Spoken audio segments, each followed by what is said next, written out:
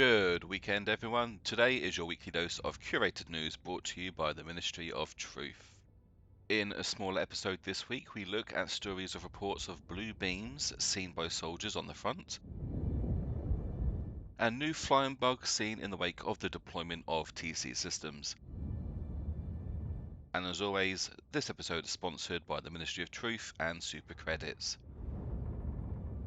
In the wake of a slowdown of operations between automatons and Terminids, mixed with the increased survivability of Helldivers, reports of Helldivers seeing blue beams has arisen.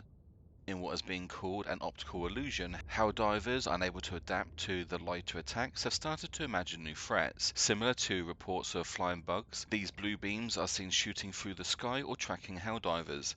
In a rare conflict of reason, the Ministry of Science and the SEAF have released different messages. Super Earth Armed Forces have said that they are investigating possible contamination of antifreeze fluid used in the Helldiver freezing process, but the Ministry of Science has a far more rational report where analysis of video captured during operations shows the blue beams as aberrations caused by light passing through vapor or smoke and hitting the Helldiver's visors at a 33-degree angle, similar to how light refracts through water droplets creating a rainbow. Pushing towards the Terminid hive worlds for the first time, this has opened up new environments that culminate in unusual optical effects mixed with overactive imaginations.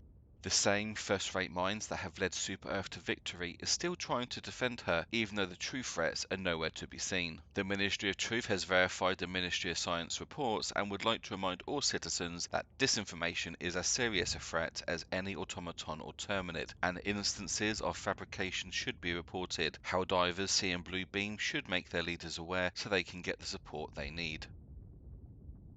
In the wake of a slowdown of operations between automatons and Terminids, it shows desperation when, even on the verge of defeat, that which threatens our liberty will still try to push back. This week, Super Earth-sanctioned scientists have confirmed sightings of a new bio-strain of Terminids that can fly. This new and never-seen-before or reported creature swarms our troops from above to distract them, while bugs on the ground move in. However, Helldivers that have encountered this new type are unwilling to even call them a threat, stating that unlike advanced Terminid types, these new flying bugs are extremely weak and seemingly have no point. Even in the face of overwhelming odds, Helldivers have successfully cut off the Terminid's advance by deploying the TC systems, have marched towards the Terminid's hive worlds, and not even this new type slows our progress. History will look at this week as one of managed peace and unprecedented progress.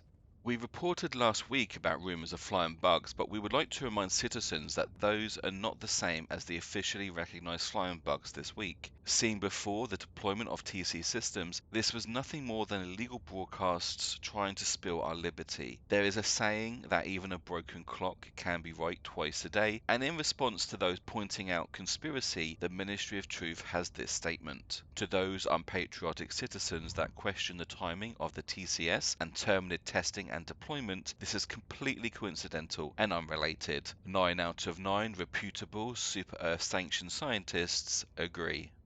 And now for our sponsor, Super Credits. With the completion of operations that are seeing worlds liberated under the flag of Super Earth, now is the time to get that outfit that you've always wanted. Whether it's tanning on Aero to Prime or hitting the slopes of Heath, there is something for you in the Superstore. So visit today and contribute to the war effort. Look the part whilst travelling afar with Super Credits. And now for your local news.